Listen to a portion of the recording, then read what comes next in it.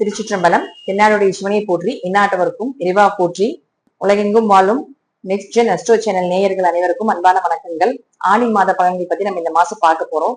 முதல்ல என்னென்ன கிரகங்கள் மாறுறாங்க அப்படிங்கிறத பார்க்கலாம். செவ்வாய் பகவான் 6ஆம் தேதி மேஷ வீட்டுல இருந்து ரிஷப வீட்டுக்கு பயிற்சியாக போகிறார்.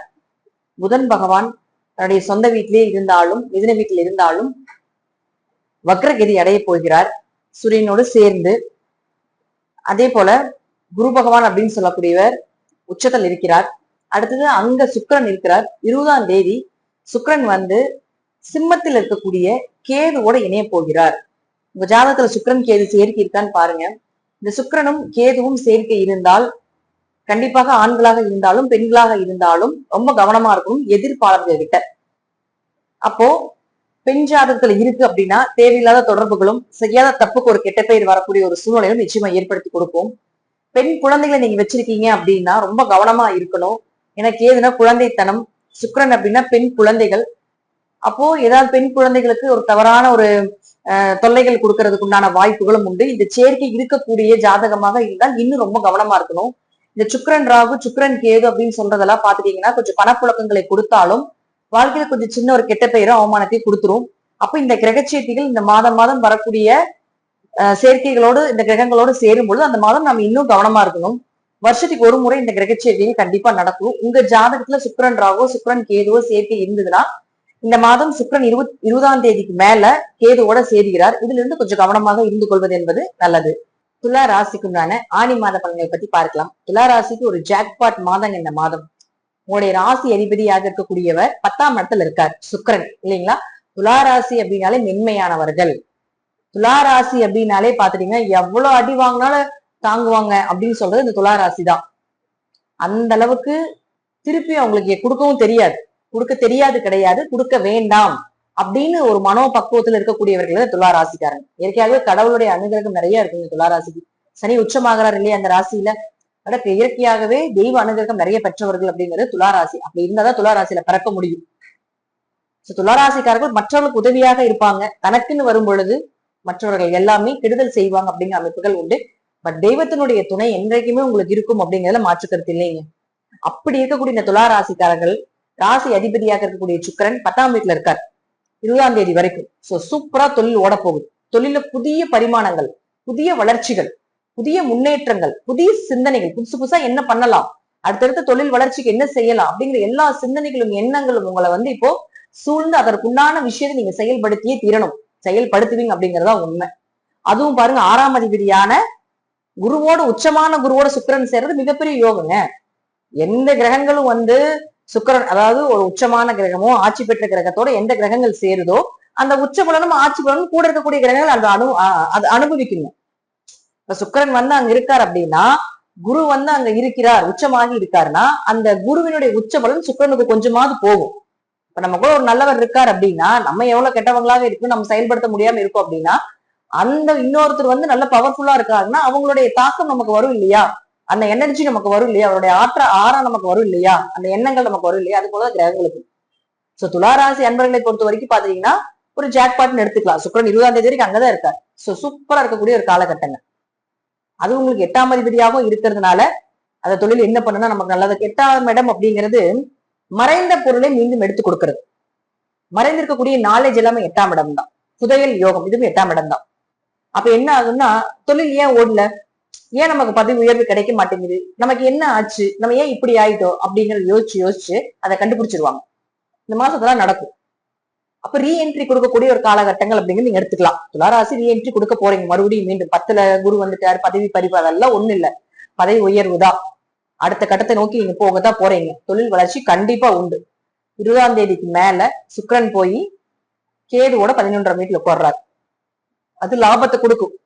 லாபத்தை கொடுக்காதெல்லாம் சொல்ல முடியாது. பணவரவு, பொருளாதாரம் இதெல்லாம் சூப்பரா இருக்க போது அது எந்த குறைவுகளும் இல்லை. 8-11ஆம் வீடு தொடர்பு ஏற்படுதுன்னா திடீர் வருமானங்கள், திடீர் அதிர்ஷ்டங்கள் இது எல்லாமே நடக்க போகுது. பட் ஒரே ஒரு மைனஸ் என்னன்னு பாத்தீங்கன்னா சுக்கிரன் கேது ஜாதகமும் உங்க ஜாதகம்னு பாத்துக்கோங்க, அல்லது சுக்கிரன் ராகு ஜாதகமான்னு பாத்துக்கோங்க.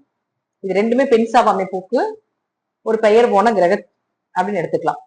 பெண் சாபத்துக்கு ஒரு பெயர் போன கிரக சூழ்நிலைகள் எடுத்துக்கணும். இந்த சுக்கிரன் ராகு, சுக்கிரன் கேது இது என்ன பண்ணும் அப்படின்னு பாத்துட்டீங்கன்னா டைரக்டா உங்களுக்கு அப்ளை ஆக போகுது. ஏன்னா சுக்கிரன் அப்படிங்கிறவர் நீங்க தான். துளாராசிக்கு அதிபதி சுக்கிரன் தான். அப்ப 11ஆம் இடங்கிறது தேவையில்லாத தொடர்புகளை சொல்லக்கூடிய ஒரு இடம். இப்ப துளாராசிக்காரங்களுக்கு இந்த மாதம் தேவையில்லாத தொடர்புகளை ஏற்படுத்தி கொடுக்கும் 20ஆம் தேதிக்கு மேல. ஆணாக இருந்தால் பெண்களிடமும், பெண்ணாக இருந்தால் அங்க கவனமா இருங்க. இந்த சுக்கிரன் கேது சேர்க்கை அப்படிங்கிறது முழுக்க முழுக்க முழுக்க பாத்துட்டீங்கன்னா உங்க ஜாதகத்துல இருந்தாலும் சரி, உங்க குடும்பத்துல யாராவது ஒருத்தருடைய ஜாதகத்துல இருந்தாலும் சரி, இது இந்த சேர்க்கை ஒருத்தருக்கு இருந்தாலும் சரி, குடும்பத்துல யாரோ ஒருத்தருக்கு இந்த பாதிப்பை கொடுக்கும். அதனால கொஞ்சம் பழக்க வழக்கங்கள், போயிட்டு வரக்கூடிய இடத்துல இதுல எல்லாம் கொஞ்சம் தேவையில்லாத பழக்க வழக்கங்களை குறைத்துக் கொள்வது நல்லது. நான் எப்படி சொல்றேன்னு உங்களுக்கு புரிஞ்சிருக்கும்னு நினைக்கிறேன். பெண்கள் கிட்டையும் ஆண்கள் கிட்டையும் குழந்தைகள் என்ன பண்றாங்க, எங்கயா எந்த நண்பர்கள் கிட்ட பேசுறாங்களா, ஏன்னா செல்போன் எப்படி யூஸ் பண்றாங்க, இதெல்லாம் கொஞ்சம் பாருங்க. ஏன்னா இந்த நேரத்துல தான் நடக்கும். நிறைய நம்மளுடைய நாட்டில் இந்த மாதிரி தேவையில்லாத விஷயங்கள் நடந்துகிட்டு இருக்கு. சோ இந்த மாதிரி இந்த சூழ்நிலைகள் தான் நடக்கும். இந்த மாதிரி ஜாதக அமைப்புல இருக்கக்கூடியவர் வந்து அதிகமா நடக்குது. சோ கொஞ்சம் கவனமா பாத்துக்கோங்க. கேது அப்படின்னு சொல்லக்கூடியவர் தேவையில்லாத ஒரு சிக்கல்ல கொண்டு போய் விட்டுறக்கூடாது இல்லையா? அதற்காக சொல்றேன். சுக்கிரன் கேது சேர்க்கை இருக்கும். அங்கிருந்து ராகு பாக்குது சுக்கிரனை. அதே போல சனியும் இந்த சுக்கிரன் கேதுவை பாக்குறார். சோ இதெல்லாம் கொஞ்சம் அவமானப்படுத்திடும் நம்மள. கொஞ்சம் கவனமா இருந்து செயல்படுத்திக் கொள்வது என்பது நல்லது. அடுத்தது செவ்வாய். செவ்வாய் வந்து 8க்கு வரப்போகிறார். 7ஆம் வீட்டுல இருந்து 8க்கு வரப்போகிறார். 2 7 கூடையவர். சோ இந்த காலகட்டத்தில் கொஞ்சம் கணவன் மனைவிக்குள்ள கொஞ்சம் கருத்து வேறுபாடுகள், சின்ன சின்ன சண்டை சச்சரவுகள், கொஞ்சம் பார்ட்னருக்குள்ள சமுதாயத்துல பெரிய லெவல்ல வர முடியல, பார்ட்னருக்குள்ள கொஞ்சம் சங்கடங்கள் ஏற்படுது, நண்பர்களுக்குள்ள கொஞ்சம் சங்கடங்கள் ஏற்படுது, இதெல்லாம் நடக்கத்தான் போகுது. அதுக்கு வேற வழிகள் இல்லை. சோ கொஞ்சம் பொறுமையா ஹேண்டில் பண்ணி கொண்டு போவதும், உங்களுடைய பேச்சுல கவனத்தை செலுத்துவதும், தேவையில்லாம அடுத்தவர்கிட்ட அடுத்தவங்களுடைய குடும்ப வாழ்க்கையில போய் மூக்க நுழைக்கிறது கொஞ்சம் குறைத்துக் கொள்வதும் நல்லது. இதெல்லாம் இந்த துளாராசி அதிகமா பண்ணும். தான் குடும்பத்தோட அடுத்தவங்க குடும்பத்துல என்ன நடக்குது அப்படிங்கிறத போய் பாப்பீங்க. பட் வந்து சொல்யூஷன் நீங்க போனதுக்கு அப்புறம் கிடைக்கும். என்ன பண்றாங்க அவங்களுக்கு சொல்யூஷன், கெட்ட எண்ணத்துல போக மாட்டீங்க. என்ன பண்றாங்க என்ன பண்ண பாக்குறாங்க, அவங்க போய் ஏதோ ஒரு சொல்யூஷன் கொடுத்து அவங்க ரெடி பண்ணலாம் அப்படின்னு நிறைய விஷயங்களை கத்து வச்சிருப்பாங்க அந்த அளவுக்கு. ஏன்னா சனி அங்க உச்சமாகறாரு இல்லையா? உங்களுடைய அனுபவத்தை அங்க போய் சொல்லி அவங்கள நல்லா சேர்த்து வைக்கல பாப்பீங்க. பட் இந்த நேரம் அது சரியில்லாத நேரம். சோ இப்ப போய் பண்ணீங்கன்னா கண்டிப்பா மாட்டிக்குவீங்க. அது வந்து உங்களுக்கு எகெயின்ஸ்டா மாறிக்கும். சோ கவனமா இருந்துக்கணும். அடுத்தது புதன். புதனை பொறுத்த வரைக்கும் பாத்தீங்கன்னா 9 மற்றும் 12ஆம் அதிபதியாகி அவர் இருக்கக்கூடிய வீடு 9ஆம் வீட்டிலேயே 11ஆம் அதிபதியாக இருக்கக்கூடிய சூரியனோட சேர்ந்திருக்கார். சோ 9ஆம் அதிபதி 9ல இருக்குது. தந்தை மூலமாக அனுகிரகம் கிடைக்குது, தந்தையின் அனுகூலம் கிடைப்பது, ஆசீர்வாதம் கிடைப்பது, அவர்கள் சொத்துக்கள் ஏதாவது கிடைப்பது, அவர்கள்கிட்ட உங்களுக்கு என்ன வேணுமோ அதை கேட்டா கிடைக்குங்க. அவ்வளவுதான். ஆனாலும் கொஞ்சம் விரயங்களும் நடக்கும். அவரு கொஞ்சம் ஹாஸ்பிட்டல் செலவோ, கொஞ்சம் ஏதாவது தேவையில்லாத ஒரு சின்ன சங்கடங்கள் ஏற்படுறதோ நடக்கும். தீர்த்த யாத்திரை போயிட்டு வர்றது, நிறைய ட்ரிப் எல்லாம் போயிட்டு வரக்கூடிய நிறைய ட்ரிப் எல்லாம் போவீங்க, குடும்பத்தோட போவீங்க. இதெல்லாம் நிறைய நடக்க போகுது இந்த மாசம். அதே போல 12ஆம் அதிபதியும் 9ஆம் அதிபதியுமான புதன் கொஞ்ச நாள் வக்ரம் ஆகிறார் இடைப்பட்ட காலகட்டத்தில். இந்த இடைப்பட்ட காலகட்டங்கள்ல புதன் வக்ரமாகக்கூடிய சூழ்நிலையில உங்க ஜாதகத்தில் புதன் வக்ரமான்னு பாருங்க. பெரிய ஜாக்பாட் நடக்கும். உயர்கல்வி படிக்கிறதுக்கான வாய்ப்புகள், திடீர் வருமானங்கள், திடீர் அதிர்ஷ்டங்கள், திடீர் பணவரவு, பூர்வீக சொத்தை வித்து பெரும் பணம் சம்பாதிக்கக்கூடிய ஒரு அமைப்பு, இதெல்லாம் கிடைக்கும் புதன் வக்ரமாக இருந்தால். புதன் வக்ரம் நார்மலா என்ன போயிட்டு இருக்கு அதை அப்படியே கொண்டு போங்க. அவ்வளவுதான். கூட உங்களுக்கு சூரியன் சேர்ந்திருக்காரு. அவர் வந்து லாபஸ்தானாதிபதி. அப்ப அவர் என்ன பண்ணுவார் அப்படின்னா, முழுக்க முழுக்க நீங்க எதிர்பார்த்ததை விட அதிக லாபத்தை கொடுத்துருவார். நீங்க எதிர்பார்த்ததை விட அதிக சம்பள உயர்வை கொடுத்து விடுவார். என்ன எக்ஸ்பெக்டேஷன் பண்றீங்களோ அதோட சூப்பரா பிரம்மாண்டமா செஞ்சு கொடுத்துருவார். சோ ஒரு இடம் வாங்குறீங்க, விக்கிறீங்க, பூர்வீக சொத்து விக்கிறீங்க, இந்த போல ஏதாவது ஒரு விஷயங்கள் இந்த மாசம் துளாராசிக்காரர்கள் பண்றீங்க அப்படின்னா அது உங்களுக்கு லாபம் தான். நீங்க நினைச்சதை விட பெருசா நடக்க போகுது அப்படிங்கிற ஒரு அமைப்புகள் உண்டு. முழுக்க முழுக்க பாத்தீங்கன்னா துளாராசியை பொறுத்த வரைக்கும் இந்த மாதம் சுக்கிரன் வந்து 20ஆம் தேதி வரைக்கும் அருமையா இருக்காரு. 21ஆம் தேதிக்கு வந்தாலும் பணத்துக்கோ, தொழிலுக்கோ, வருமானத்துக்கோ, குடும்பத்துக்கோ எந்த குறைவுகளும் இல்லை. பட் குடும்ப நபர்கள் மூலமாகவோ, வெளி ஆட்கள் மூலமாகவோ கொஞ்சம் சிரமங்களும் சங்கடங்களும் சந்திக்கக்கூடிய சூழ்நிலைகள். அதுவும் குறிப்பிட்ட இந்த சுக்கிரன் கேது சேர்க்கை, சுக்கிரன் ராகு சேர்க்கை இருக்கிறவங்க இன்னும் கொஞ்சம் கவனமாக இருந்து கொள்வது என்பது நல்லது. சரி, இதுக்கு என்ன பண்ணலாம்? துளாராசிக்காரர்கள் இந்த மாசம் என்ன பண்ணலாம், இந்த கிரகத்துல இருந்து நம்ம எப்படி வந்து வெளியே வரலாம் அப்படிங்கறத முதல்ல பார்க்கணும். துளாராசிக்கு இப்ப வந்து அதிக கடன் ஏற்பட்டிருக்குது அப்படிங்கிறது ஒரு சூழ்நிலைகள் இருக்கு. அதே போல இந்த கிரக சூழ்நிலைகளினாலையும் இப்ப நான் சொல்லக்கூடிய பரிகாரங்கள் எல்லாத்தையுமே ஓரளவுக்கு வந்து உங்களுக்கு சக்சஸ் கொடுக்கும். துளாராசிக்காரர்கள் ஒரு ஒயிட் கலர் கேண்டில் வாங்கிக்கோங்க.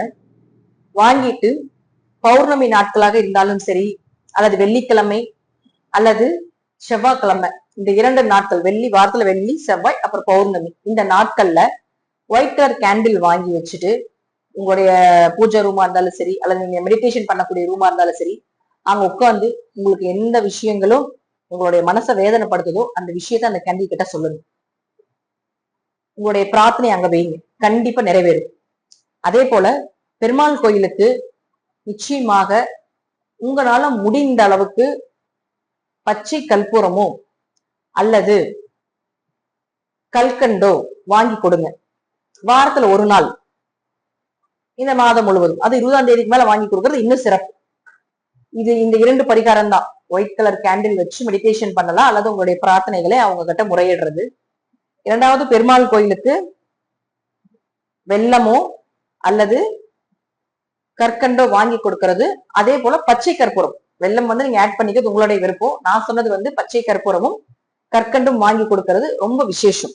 இது இந்த மாசம் துளாராசிக்காரர்கள் செய்யும் பொழுது நிச்சயமாக இந்த மாதத்தில் இருந்து வரக்கூடிய இந்த கெட்ட கிரகத்தினுடைய தாக்கங்கள் விலகும் அப்படிங்கிறதுல மாற்றுக்கிறதுக்கு இடமே கிடையாது. சோ இந்த பரிகாரம் ரொம்ப ஒர்க் அவுட் ஆகும். செஞ்சு பாருங்க. செஞ்சு பார்த்து நீங்க ரிசல்ட் கூட கொடுங்க. ஒரு மைண்ட் ஒரு ஃப்ரீ ஆயிரும். உங்களுடைய ஆறா நல்லா கிளியர் ஆயிரும். உங்களை சுத்தி நிறைய கெட்டதெல்லாம் இருக்குது, நெகட்டிவ்லாம் நிறைய வருது அப்படின்னா அதெல்லாம் வெளியே போயிடும்.